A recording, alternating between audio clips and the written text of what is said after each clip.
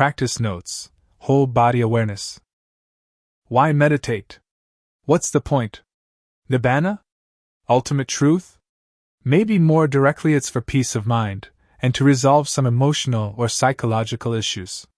So, better steady the mind. And to do that, focus on something steady, like breathing or walking. But when you practice with the body, what comes to the fore is physical discomfort. With a good exercise system and using cushions and other supports, you can probably get around that. Then there are the buzzy thoughts, but they can be quelled by mindfulness immersed in the body. More problematic then is the obstacle to that immersion.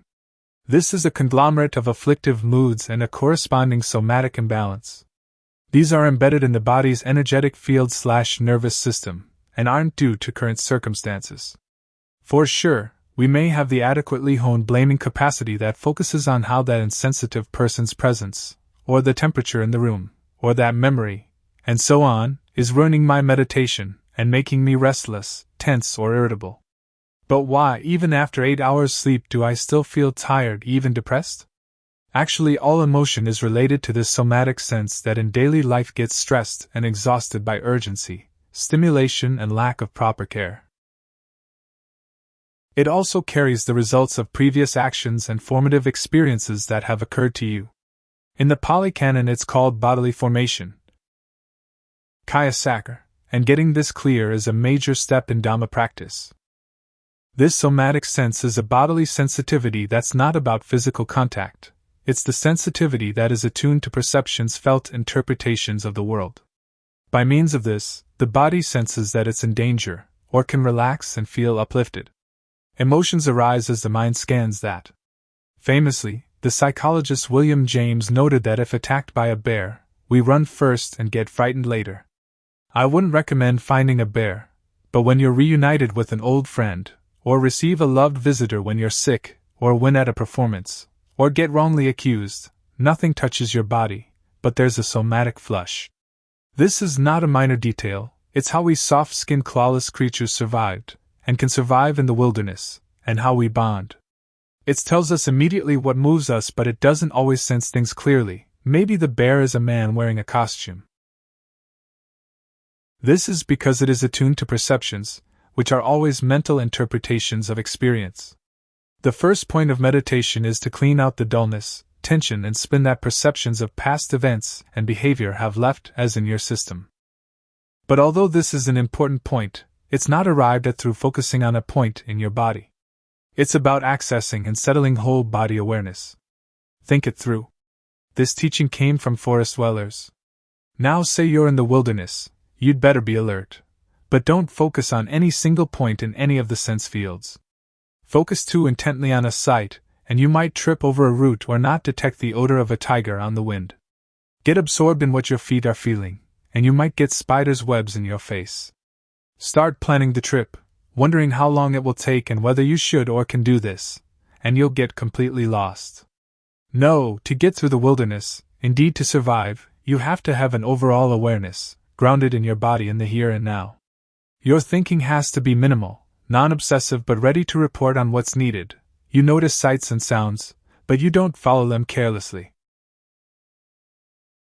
You notice bodily discomfort, or whether you're tired or weak or excited, but you handle that information pragmatically and don't cloud your mind with complaining and worrying. In fact, you steward your reactions and emotions. No point judging and accusing, stay focused on what can be done right now. Do I have the strength to deal with that, or should I go another way? Am I getting fearful and careless? Then take a few long, calm breaths. Note the last, it's not about advice. It's a matter of using a bodily process to steady an embodied process. And it's something we do instinctively. Breathing in and out is the governor of Kaya Sakar. That's why it's such a crucial meditation practice. Well, although the trees have been chopped down, and so on, we're still in the wilderness, the external geopolitical and societal jungle, and its related internal tangle. Could whole body awareness and its intelligence be refined in meditation, when we're in the jungle of our memories, perceptions, and reactivity? Because this is how Siddha arises. Rather than thinking in abstract, it's the intelligence that processes the relationship between the vulnerable body and the world that opens directly around it. For forest-dwelling contemplatives, this Siddha intelligence is the important thing. Because it's relational, it can be attuned to provide moral guidance. It can also be liberated. It's a different aspect of mind from the concept-wielding, non-relational manas. For us literate types, whose intelligence is focused on concepts, pages, screens, and symbols, and whose way of assimilating information occurs through racing the eyes across a page of squiggles and figures and rapidly translating them into meanings, manas is the leader. It doesn't tune into the body and that sensitivity. In the imbalanced scenario of hyperactive thinking, promises, planning, and general media deluge, as body gets lost, so does heart and truth. This is convenient in some respects. You can get on with your work and not care what's happening around or even within you, but that working mind is dangerous. This is what the effective servant of a totalitarian corporation or a government uses. This is how people work themselves to breakdown. Somatic imbalance leads to social and personal imbalance. In brief, then, direct practice means accessing that somatic sense and supervising it with Siddha, so that it eases out of stress, lethargy, and passion. The entry to this is to refer to the whole body as you breathe. By so doing, Siddha encourages the somatic sense to open and allow the breathing to discharge tension and constriction, and provide refreshment, piti. Focusing on a single point won't do that. If you do that, the likelihood is that you miss aspects of the whole field, the tightness of the residues of anxiety in your belly, for example. In fact, if you care to look, you won't find anywhere in the Buddhist discourses when you are advised to place your attention on a point in your body. No tip of the nose breathing, no point in your foot walking, no tightening up to concentrate. Sure, you can scroll through the parts of your body conceptually, hair, spleen, fluid in the joints, etc., but that's a conceptual scan, not a direct Siddha. Sensing, you can't sense directly whether you even have a spleen. But if concentration is needed, and it certainly would be more comfortable if my mind wasn't leaping into fantasies and anxieties, how does that happen? Right effort, right mindfulness. Yes, and they are moderated by applying them to the whole body. This negates the constricting effect of wrong effort. Constricting may be so normal that you don't notice it, or you think that that's what goes along with right effort. This is because of something that modern literate types are associated with, that people of the forest weren't, the presence, or absence, of a paid job. Through this you may have become so accustomed to tightening up into got to do this, got to get there, as quickly as possible, mode that you don't even notice that you're losing heart. You may take it for granted that when you're working, your own body, as well as other people, has to fit your strategy, or be ignored or shut out. You may have unconsciously made meditation into work, equals something serious with regular hours, definite rules, goals, and assessments. Your mind can find notions and even teachings to support that. But you can also realize that following that means losing your whole body, which gets reduced to a few bands of pressure around your head. Maybe you think that's good, and that's what concentration is. But none of that is there in the suttas. What they say are things like thoroughly sensitive to the entire body, breathe in, breathe out, m.118, asterisk, and it is natural that the mind of one feeling pleasure is concentrated, 8.10:2. The teachings on mindfulness of breathing point out that steering to that whole body is the way to calm the bodily formation, aka gain somatic balance, experience refreshment and ease, and get concentrated. In practicing this, the conceptual mind can point to the whole body as readily as to a small point. Moreover, the rhythmic flow, interconnectedness, and internal sympathy of the body as a whole are much better at encouraging the heartfulness of Siddha. What most people need these days isn't another work project, but goodwill, encouragement, patience, and a body. As the Buddha puts it, as memories and intentions based on the household life are abandoned, with their abandoning his mind, Siddha, becomes steadied internally, quieted, brought to singleness, ekodhibitam, and concentrated. That is how a bhikkhu develops mindfulness of body. M.119:21, and in one whose body is tranquil and who feels pleasure, the mind becomes concentrated. And so I steadied my mind internally, quieted it, brought it to singleness, and concentrated it. Why is that? So that my mind should not be strained. M.19:8, when the heart gets settled, it is concentrated. Because meditative concentration isn't on an object. You won't find any sutta that relates samadhi to focusing like that. Instead, the teaching is that when the citta settles into itself, it is concentrated, happy, settled, peaceful, and cleared of hindrances. Then your seeing and knowing isn't fogged over. So how do you work towards that end? How to get through the chattering must-do mind, the sagging or fidgety body, the get-me-out-of-here heart? First, pick up some self-caring. Come on, we've got to get through this wilderness, let's go carefully. And some aspiration, this is the territory that the Buddha moved through. Pick up some heart and set it upright. That will probably bring your spine upright. Then get comfortable enough in your body, enough to support steadily expanding your awareness so that the experience is one of being open but sheltered. The Buddha referred to sitting under the canopy of a tree, but you might imagine standing in a shower or floating in the ocean.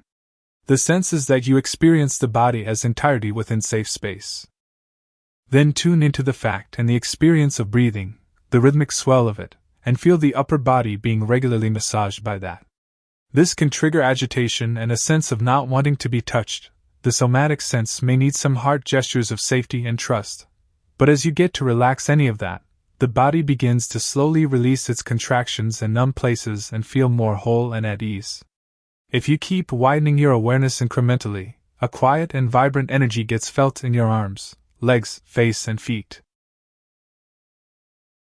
Once you get the sense of the whole body in its space, you can apply the awareness, citta again, that it opens to great effect because of somatic sympathy. What the body senses, the citta picks up and takes in. This is the principle of absorption, jhana. You can initiate this process through including your hands and feet in embodied awareness. Notice that if you relax your palms and linger in that effect while including the soles of the feet in your awareness, they will relax too. You don't have to move your awareness in line with the breath rhythm, as with inhale into left foot, exhale out of left foot, inhale into right foot, and so on. You can linger in one happy/open/relaxed part for a while as breathing goes on, until you feel that area of the body respond. You might imagine having a small ball in each palm or sole that steadily receives and inflates/subsides with the breath. When clenching or numbness has gone and the area feels full and rich, you can bring other parts of your body into that focus. After a while you can imagine the ball is in the center of your body, and as you breathe, it expands and subsides through palms and soles simultaneously.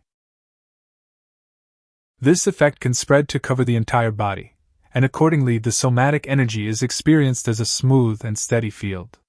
To summarize, if you open your citta into the comfortable energies in your body, it will dwell in and absorb into them. The uncomfortable areas fade into the background or get resolved by having healthy energy move through them. And as the body settles, the citta feels pleasure and settles. That's samadhi. On that last point, if you feel restrictions in your body, don't go into them, but place awareness over them. It is helpful to steadily widen your awareness when doing this. For example, with a tight chest, widen across it to include the small cavities where the arms join the trunk and then extend down through the hands. For the abdomen, widen out through the grooves where the legs join the trunk. Imagining small breathing balls in these arm-chest cavities and leg-abdomen grooves can be useful. This process is one whereby calm and healthy energy suffuses the entire body and gradually removes the blocks, with their corresponding emotions. Without getting too busy, and if things are going well with such practices, you might refine your attention to moving breath energy along a line that proceeds from the forehead over the crown, down through the epiglottis, heart, navel, and the end point of the breathing a little below the navel. These anatomical references are only pointers. The heart area may include the central upper torso between breastbone and the back. The navel and lower area may widen to include the entire base of the body. Trace sensitively, lingering on any numb or agitated points, and let awareness breathe into them. However, whatever method you use to fully experience the whole body, when that is fulfilled, awareness becomes very solid and there isn't room for hindrances to get in. You can even walk around in that fully embodied state. The Buddha commented that when I am in such a state, jhana, if I walk back and forth, on that occasion my walking is celestial. 8.3:63. As with a waterproof, stuff rolls off a fully cleared and embodied awareness. But unlike when being in a waterproof, you get to understand what supports hindrances, what releases them, and what it's like when they're not there. Because a confused kayasaka results from and aggravates confused mental and ethical perspectives, some person generates afflictive kayasaka, afflictive verbal, vachi sakar, and afflictive mental, citta sakar.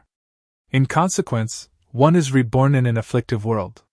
When one is reborn in an afflictive world, afflictive contacts touch one.